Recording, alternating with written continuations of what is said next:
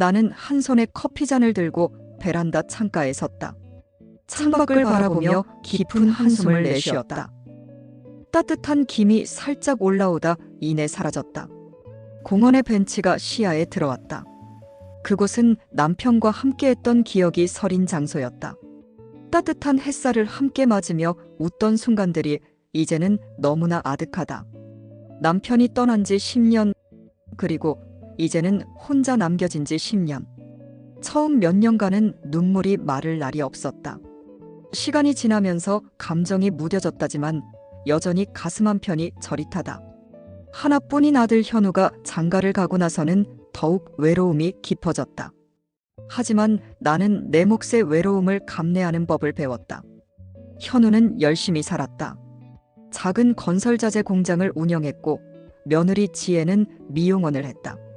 손주 이야기를 조심스럽게 꺼내보았지만 아직 생각이 없다는 대답에 더 이상 묻지 않았다. 자식이 잘 사는 것만으로도 다행이라며 스스로를 위로했다. 그러던 어느 날 늦은 밤 전화벨이 울렸다. 현우의 목소리가 평소와 달리 힘이 없었다. 엄마, 나야. 무슨 일이야, 늦은 시간에. 엄마, 내가 지금 너무 급해서 그러는데 엄마 집을 담보로 돈을 좀 빌려줄 수 있어? 그 순간 심장이 철렁 내려앉았다. 무슨 말인가 싶었다. 집을 담보로 돈을 빌린다는 말이 쉽게 이해되지 않았다. 무슨 소리야? 집을 담보로 돈을 빌리라니? 엄마, 정말 미안해. 지금 당장 3억이 필요해. 공장이 좀 어렵긴 한데 이번에 정리만 잘하면 다시 일어설 수 있어. 정말 마지막이야. 엄마 믿어줘. 나는 잠시 말을 잃었다. 현우는 한 번도 이런 부탁을 한 적이 없었다. 늘 자기 힘으로 살아가겠다고 했던 아이였다. 하지만 그의 목소리는 간절했다. 나는 아들에게 모든 걸 내어주며 살아왔다. 자식이란 결국 부모의 전부가 아니던가. 현우야, 정말 괜찮은 거지?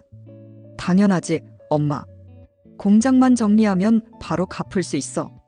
나를 믿어. 그 한마디가 내 마음을 흔들었다. 결국 나는 은행을 찾아가 집을 담보로 대출을 받았다. 계약서에 서명하는 순간에도 불안감은 사라지지 않았다. 하지만 아들을 의심할 수는 없었다. 아니, 의심했다 하더라도 그때로서는 다른 대안은 없었다.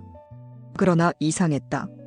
대출을 받은 지 며칠 후부터 며느리 지혜가 미용원을 나가지 않는다는 이야기가 들려왔다. 공장에서 일하던 직원들도 하나둘 떠나고 있다는 소문이 돌았다. 불길한 예감이 들었다. 결국 나는 직접 공장으로 가보았다. 창문 사이로 본 공장은 텅 비어 있었다. 간판마저 내려진 상태였다. 그 순간 모든 것이 무너지는 느낌이었다. 서둘러 아들에게 전화를 걸었다. 현우야, 이게 대체 무슨 일이야? 공장은 왜 텅 비어 있는 거야? 엄마 미안해, 내가 잘못했어. 무슨 소리야? 제대로 말해봐. 엄마, 사실은 공장을 팔았어. 뭐? 공장을 정리하려고 했는데 돈이 너무 급해서 이중으로 팔았어. 사기죄로 고소당했어. 그 순간 나는 핸드폰을 손에서 놓칠 뻔했다. 세상이 무너지는 기분이었다. 그럼 그 돈은 어디로 간 거야? 한참을 침묵하던 아들의 뒤에서 흐느낌이 들려왔다. 어머님, 저 때문이에요. 무슨 소리야? 제가 도박을 했어요. 빚이 너무 커져서 갚으려고. 눈앞이 캄캄했다. 나는 아무 말도 할 수 없었다. 믿고 있던 모든 것이 한순간에 사라지는 기분이었다. 결국 나는 가진 돈을 모두 내놓으며 상대방에게 고소 취하를 간청했다. 남은 돈을 전부 내어주고 나니 정말 아무것도 남지 않았다. 그 후로도 상황은 나아지지 않았다. 며느리는 결국 짐을 싸서 떠났고 아들은 절망적인 목소리로 나를 붙잡았다. 엄마, 이제 나 어떻게 해야 해? 하지만 나는 그를 위로할 힘조차 없었다. 나는 이미 모든 걸 잃었으니까. 결국 나는 좁고 낡은 임대주택으로 이사했다. 먹고 살 길이 막막했다. 기초수급자 신청을 했지만 아들이 있다는 이유로 거절당했다. 간신히 인정받아 기초수급비 40만 원에 주민자치센터에서 운영하는 노인 일자리로 길거리 담배꽁초를 줍는 일을 하며 한 달에 30만 원을 더하여 생활하고 있다. 부자는 아니라도 그저 생활비 걱정은 안 하고 살아왔다.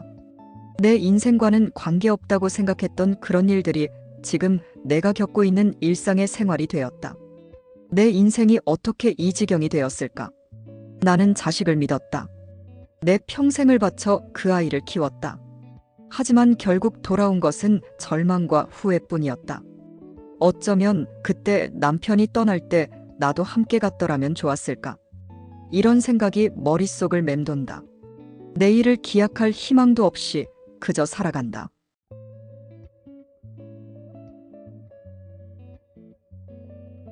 그게 전부다. 나는 마시던 커피잔을 바라보았다. 김이 살짝 올라오다 이내 사라졌다. 마치 내 지난날의 행복처럼. 그렇게 모든 것이 사라지고 남은 것은 오직 나 혼자뿐이었다. 나는 이제 모든 것이 버겁다. 몸도 마음도 너무 지쳐버렸다.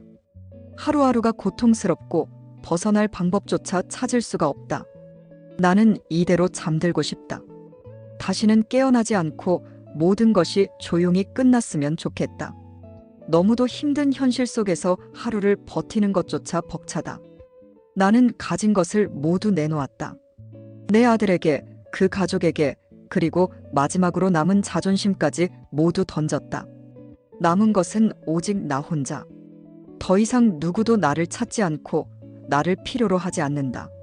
나조차도 이제 내가 살아야 하는 이유를 알지 못한다. 처음에는 희망이 있었다. 남편이 떠난 후에도 나는 견뎠다. 아들이 있었으니까. 나의 전부였으니까. 하지만 결국 그 아들도 나도 절망에 돌렸다. 나는 더 이상 아들을 도울 힘도 없고 나 자신마저도 지탱할 힘이 없다. 아무것도 가진 것이 없다. 가족도 돈도 희망도. 좁은 임대주택에서 혼자 지내는 시간이 길어질수록 나 자신이 점점 사라지는 기분이다. 집안은 고요하다. 나의 목소리를 들어줄 사람도 없다. 창문 밖으로 보이는 세상은 여전히 돌아가는데 그 속에서 나는 존재하지 않는 것만 같다. 몸도 예전 같지 않아 앉고 서는 것도 힘들다. 담배꽁초를 주울 때면 구부린 허리가 쑤시고 손끝이 아려오지만 그래도 해야 한다. 기초수급비에 이 한 달 30만 원이 없으면 굶어야 하니까. 그럼에도 불구하고 이 일을 한다고 해서 내가 살아있다는 느낌이 들지는 않는다. 밤이 되면 더욱 고독이 깊어진다.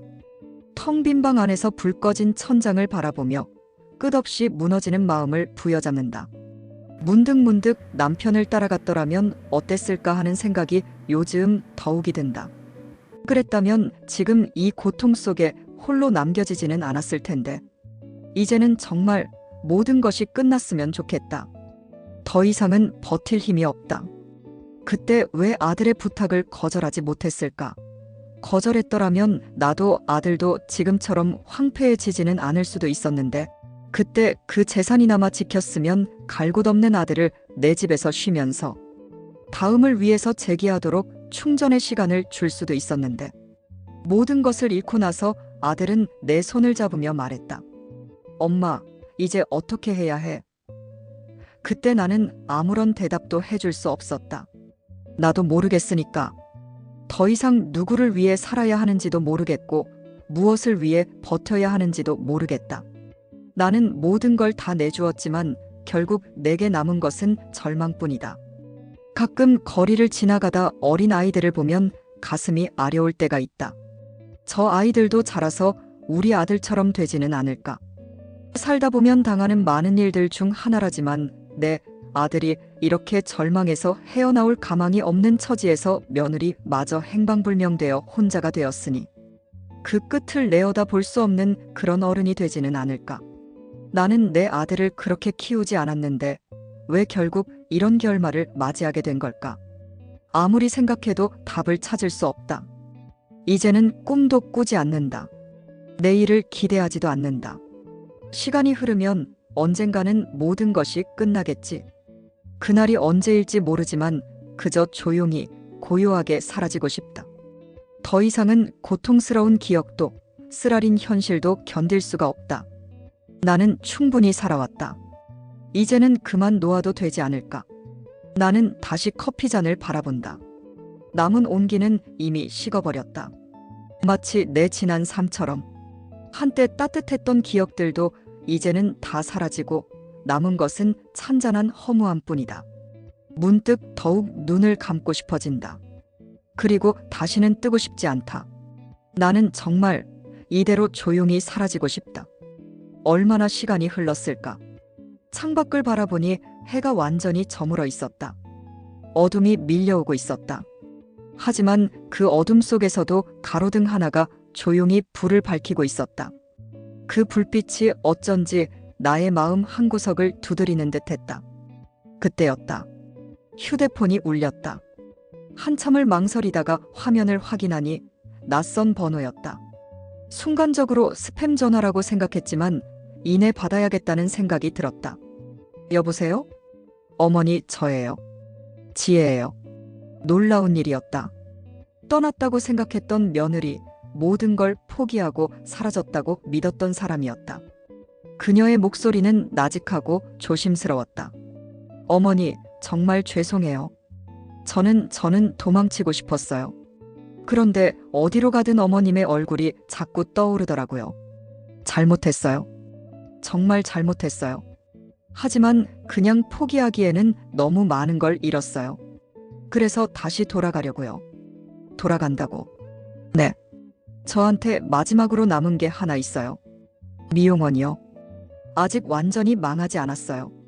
기술은 아직 남아있잖아요. 제 미용 기술이 뛰어나다는 것은 어머님도 아시잖아요. 다시 시작해보려고요. 그리고 어머님께 진 빚 다 갚아드리고 효도 좀 해보려고요. 현우 씨하고는 어머님 생활비 드리고 어머님 앞으로 적금 부어서 매달 적립해드리기도 했어요. 나는 아무 말도 하지 않았다. 모든 것이 끝났다고 생각했지만 뜻밖의 목소리가 다시 희미한 빛을 가져다주고 있었다. 조용히 창밖을 바라보았다. 저 멀리 가로등 불빛이 흔들리고 있었다. 하지만 그 불빛은 결코 꺼지지 않았다.